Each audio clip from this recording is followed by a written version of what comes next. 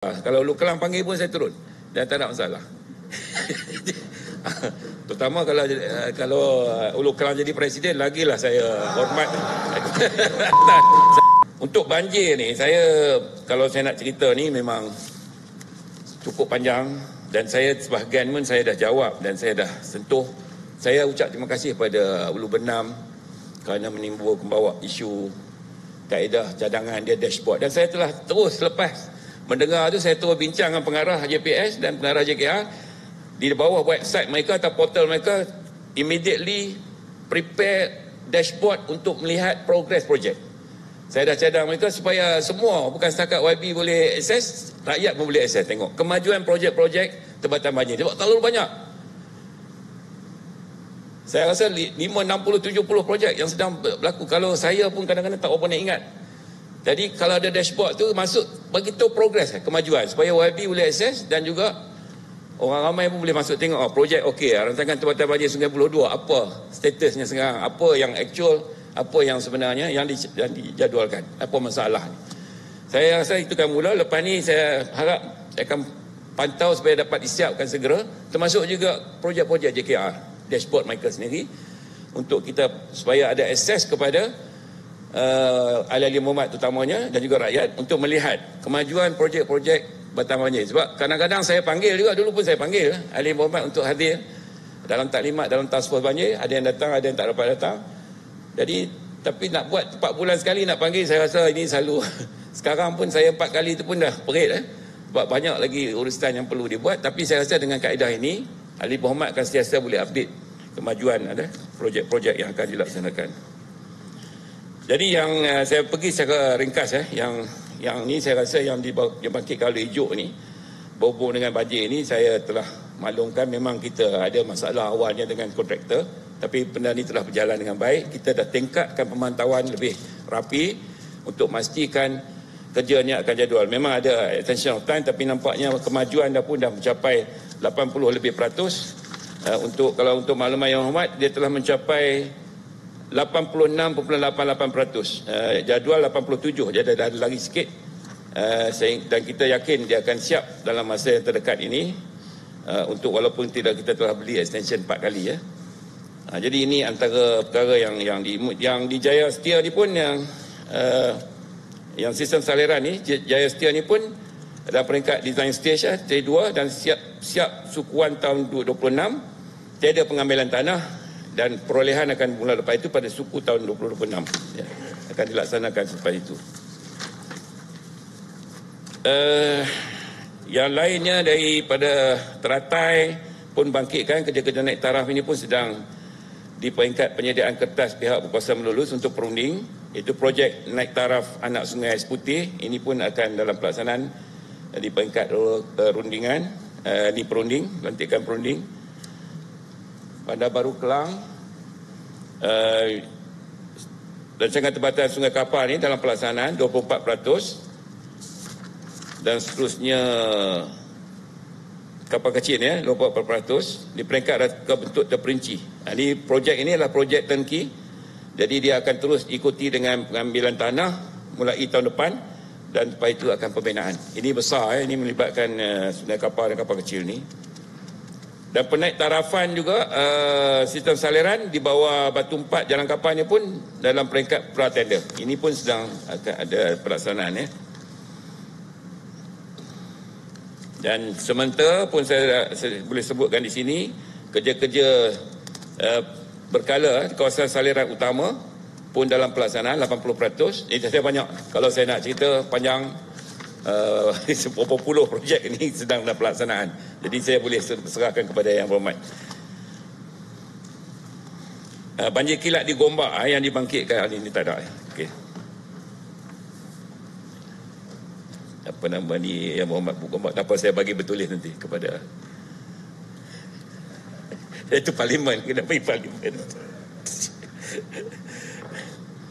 Yang Ulu Benam ini pun saya terima pandangan ataupun yang dibangkitkan oleh Yang Berhormat. Kita ada satu untuk makluman di Ulu Benam, kampung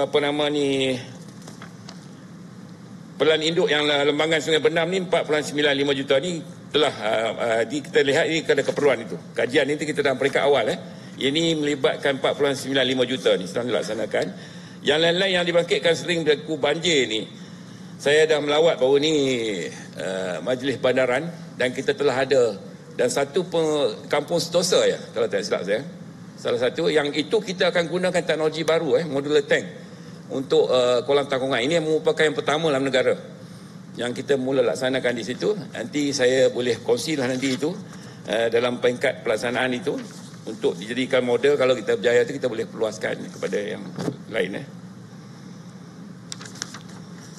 Sungai Kandis macam biasa menimbulkan. Saya cakap terang, saya dah minta beberapa hari lepas supaya PISMA dibuat untuk penentuan dari segi kawasan yang banyak kampung ni, tataman yang longkang kecil ni. Kita perlukan PISMA ni, atau itu Pelan Induk Saliran Mesra Alam.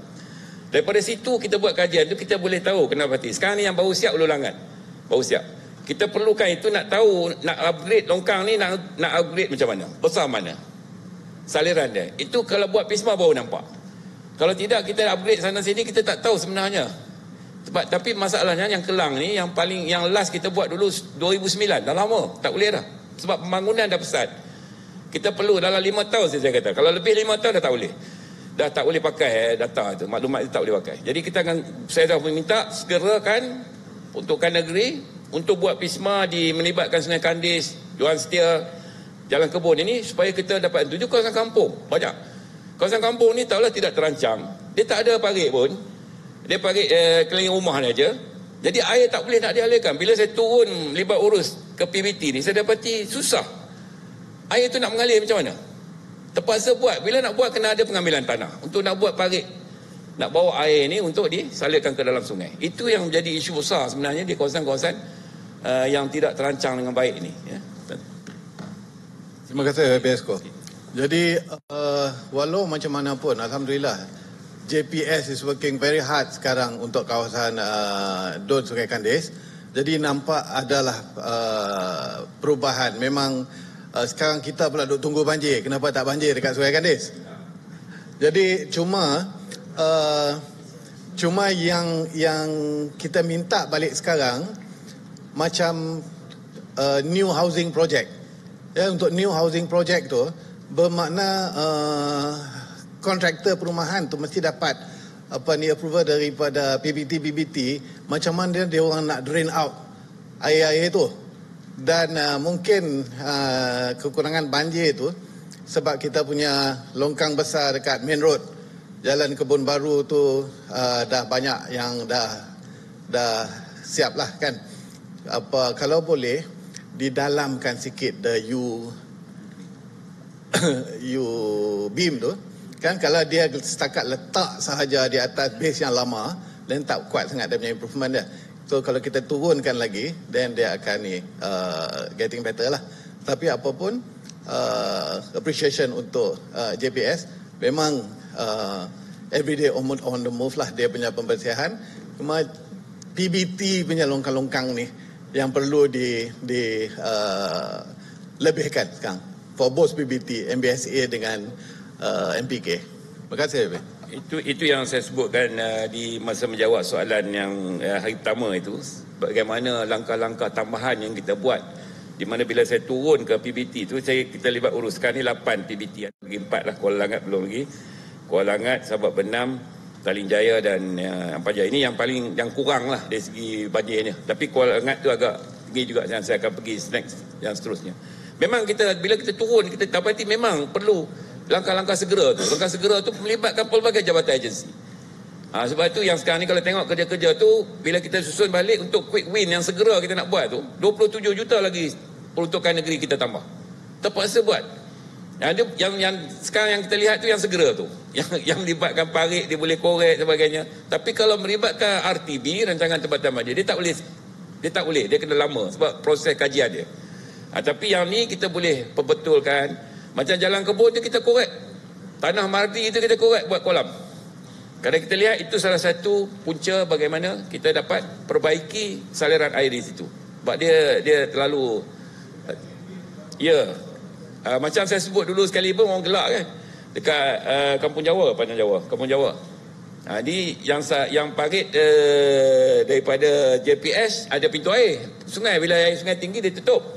Yang PVT punya tak ada. Jadi sebelah ni duk pam air, sebelah ni air masuk.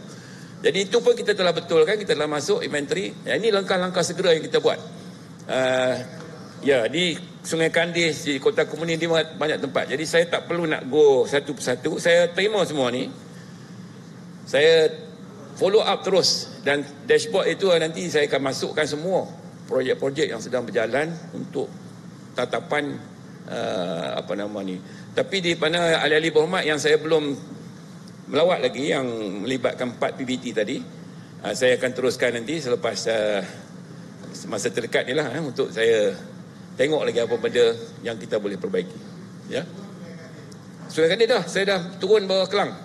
Bahawa MBDK yang pertama sekali turun ialah MBDK untuk melihat, dan memang Sungai Kandis ada termasuk dalam quick win dan juga langkah sederhana yang sedang mereka laksanakan.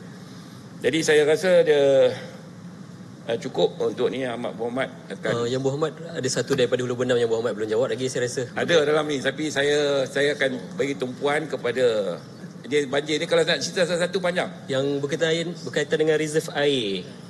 Ada tak? Yang mana reserve satu? Air. Yang saya bangkitkan dalam perbahasan tu berkenaan dengan adakah reserve air Selangor ni mencukupi untuk menampung keperluan pusat data ataupun bukan di bawah Selangor. Reserve air kita adakah mencukupi untuk untuk pusat reserve data? Dia sebenarnya untuk dia ada dua. Sama sumber air kita, kedua adalah reserve air yang dah terawat. Kalau dia sumber air kita, saya dah beritahu banyak kali, kita ada 7 empangan baru ni. Memang ada bawah ni merosot sikit air kita disebabkan musim panas. Tapi yang banyak terkesan adalah di Sungai Selangor. Sungai Selangor, empangan Sungai Tinggi memang turun banyak. Sungai Tinggi lagi satu. Sungai Tinggi. Turun sampai 70%. Saya jarang turun sampai situ. Tapi yang lain maintain, tapi sekarang saya tengok ke belakang ni dah naik balik. Dah balik sampai 80% balik, dan saya rasa dengan hujan sebagainya ni. Tapi jangan minta Sungai Kandis. Jangan minta pula hujan nak test longkang. Yang Berhormat, sebab saya bangkitkan tu Yang Berhormat sebab berdasarkan kajian bahawa 2026 kita akan masuk ke fasa kemarau. Sebenarnya 2026 tu sebenarnya ialah yang ramalan dibuat oleh Jabatan Meteorologi bahawa akan berlaku kemarau panjang pada tahun 2026 ni. Dan kita memang dah buat persiapan dari awal. 2 tahun lepas kita dah buat persiapan untuk menghadapi keadaan ini, di mana kita ada kolam-kolam yang kita buat bancian yang kita boleh gunakan ORS dan sebagainya, SOS, untuk menampung keperluan air ini. Dan kita bersedia sebenarnya dan kita tak minta lah dia berlaku, tapi kita bersedia menghadapi kemungkinan kemarau pada tahun hadapan. Itu yang berlaku. Saya mohon juga supaya kita lihat, sebab dalam portal berita daripada luar negara ni, South China Morning Post mengatakan Johor dah minta penangguhan pembangunan pusat data ini memang kita sehingga 2027 lah. Di bawah dulu pun kita dah minta, Nahrim pun ada buat pembentangan mengenai bagaimana pengurusan untuk kemarau ini, melibatkan water balance dan sebagainya. Ini kita tengok secara keseluruhan bersama dengan pihak dan jabatan berkaitan, dan saya bagi tahu sini memang kita ada persiapan dalam menghadapi kemarau jika berlaku pada tahun yang akan datang dan tahun depannya.